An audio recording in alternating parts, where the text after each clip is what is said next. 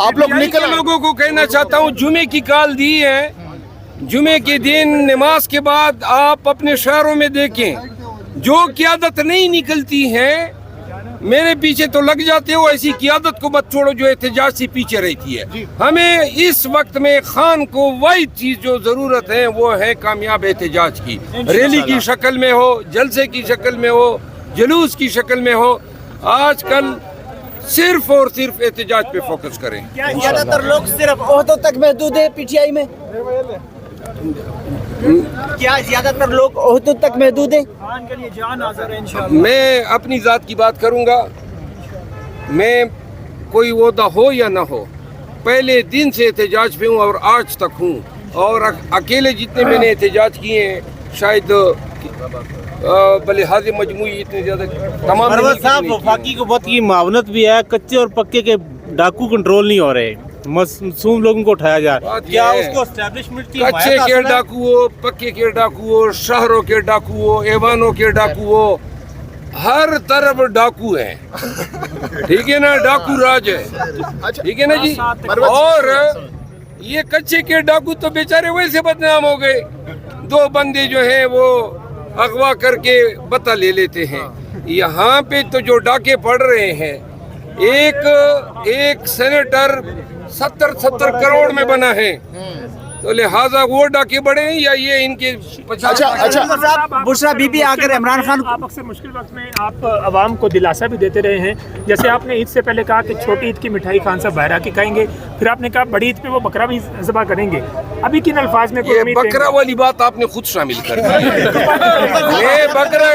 मैं बकर ईद कहता ही नहीं हूँ, मैं ईद उल अज़हा कहता हूँ, तो मुझे पता है। कच्चे और पक्के के डाकू से तो मुफाहमत चल रही है सर, हमारी किसी डाकू से मुफाहमत नहीं चल रही है। साहब इमरान खान साहब या बुशरा बीबी को अगर कुछ हो जाता है तो जिम्मेदार एस्टेब्लिशमेंट होगा या मौजूदा हुकूमत? यार ये किस तरह की बातें करते हैं कि कुछ हो जाए, कोई अल्लाह न करे, हम ऑलरेडी शकूक व शुबात के शिकार हैं, हम क्यों अपने वर्कर्स को मजीद शकूक व शुबात का उनको ये करें। हम अपने वर्कर्स ऑलरेडी बेचारे पिसे हुए हैं, डरे हुए हैं, सहमे हुए हैं, बहुत सारे निकल गए, खड़े हो गए। अब इस वक्त में मैं उनको मजीद डराऊं? मैं हमेशा हिम्मत की बात करता हूं, लोगों को हौसले का पैगाम देता हूं, लोगों को खड़ा होने का पैगाम देता हूं। बुरे से बुरे हालात क्यों ना हो, चाहे आसमान से खून की बारिशें क्यों ना हो जाएं, हम खान के साथ खड़े हैं। उम्मीद, हिम्मत और हौसले की बात करेंगे। पक्के के डाकू कौन है, वजाहत करेंगे? हाँ जी, पक्के के डाकू कौन है, वजाहत करेंगे सर? पक्के के डाकू आज नहीं आए थे। बाजवा साहब ने कसम उठा के कहा है कि वो जो चेयरमैन इमरान खान का रजीम चेंज करने में उनका कोई रोल नहीं था, और साथ साथ नवाज शरीफ को जो बाहर भेजा गया था उनका कोई रोल नहीं था। तो बाजवा साहब कसम उठा रहे हैं कि इमरान खान की जो हुकूमत चेंज हुई है उसमें उनका कोई रोल नहीं था, इस हवाले से क्या स्टेटमेंट देंगे? बाजवा साहब जो हैं वो अगर खाना काबे में खड़े हो के कुरान करीम पर भी हाथ रख दें तो बाजवा जो है इसने इस मुल्क के साथ गद्दारी की है, बाजवा ने इस मुल्क को तबाही के रास्ते पर डाला है।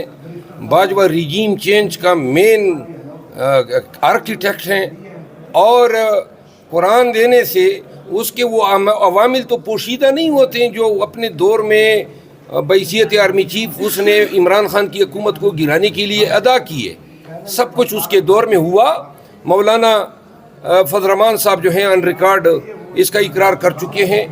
पीपल पार्टी, MQM, तमाम जो मोहरे थे और किरदार हैं उन्होंने इस बबांगेदाल इसका इकरार किया हुआ है कि सब किया दरा जो था वो उस वक़्त की इस्टेब्लिशमेंट के सरबराह बाजवा का था। अभी ईरानी सदर यहाँ पर पाकिस्तान पहुंचे तो उन्हें रिसीव करने वो पीरजादा साहब गए, जबकि जब सऊदी वज़ीर ख़ारजा यहाँ पर पहुंचे तो उन्हें रिसीव करने के लिए पाकिस्तान के वज़ीर ख़ारजा गए थे। ज़ाहिर है कुछ चीज़ें रवायती होती हैं, आप क्या समझते हैं ऐसा क्यों हो रहा है कि जब ईरानी प्रेसिडेंट आ रहे हैं तो उन्हें एक आम वज़ीर जाकर रिसीव कर रहे हैं, जबकि जब ईरानी सऊदी वज़ीर ख़ारजा आ रहे हैं तो उन्हें? देखिए, ये मुझे इल्म नहीं है, पाकिस्तान के मुख्तलिफ ममालिक के साथ प्रोटोकॉल के मेयार मुख्तलिफ हैं। अगर पाकिस्तानी सदर को वहाँ पे भी इसी तरह का वज़ीर रिसीव करता है तो पाकिस्तान भी जवाब में ऐसे ही रद्द अमल दिखाता है। इस हवाले से मैं नहीं कह सकता हूँ कि पाकिस्तान की जब डेलीगेशन गई थी, खान साहब गए थे या इससे पहले शहबाज शरीफ गए थे, तो उनको वहाँ पे किसने रिसीव किया था। लेकिन प्रोटोकॉल के अपने मेयार हैं, स्टैंडर्ड्स हैं, इस पर मुझे चूँकि इल्म नहीं, और चूँकि ये शेड्यूल हो चुका था प्रेसिडेंट का विज़िट, ईरानियन प्रेसिडेंट का सन 2009 में पाकिस्तान ने एग्रीमेंट किया, 780 किलोमीटर जो हैं गैस पाइपलाइन है जो गवादर आनी है, और उसका 80 किलोमीटर का जो पहला फेज़ था वो हमने 2-2.5 सालों में मुकम्मल करना था, और जिसके लिए रशिया ने पाकिस्तान को $150 मिलियन जो हैं देने की भी कमिटमेंट की है।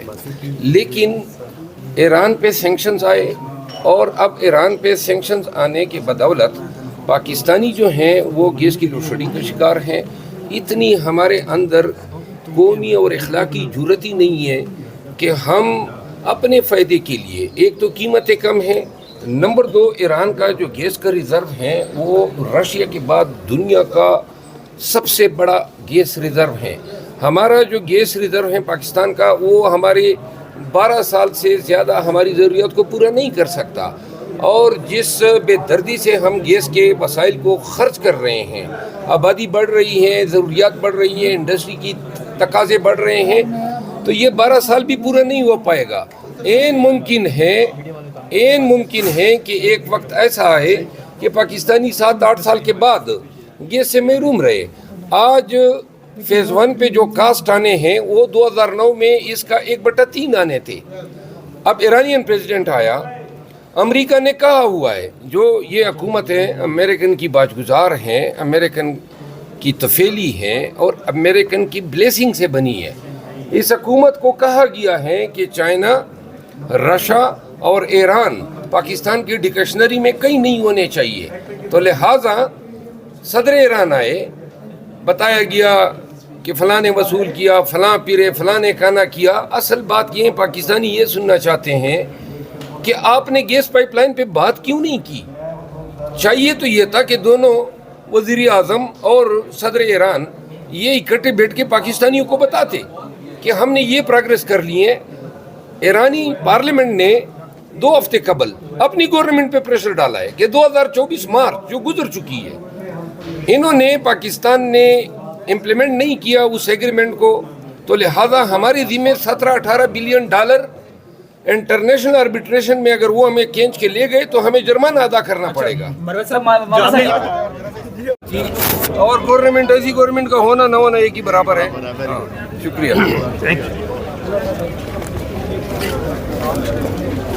चुटकला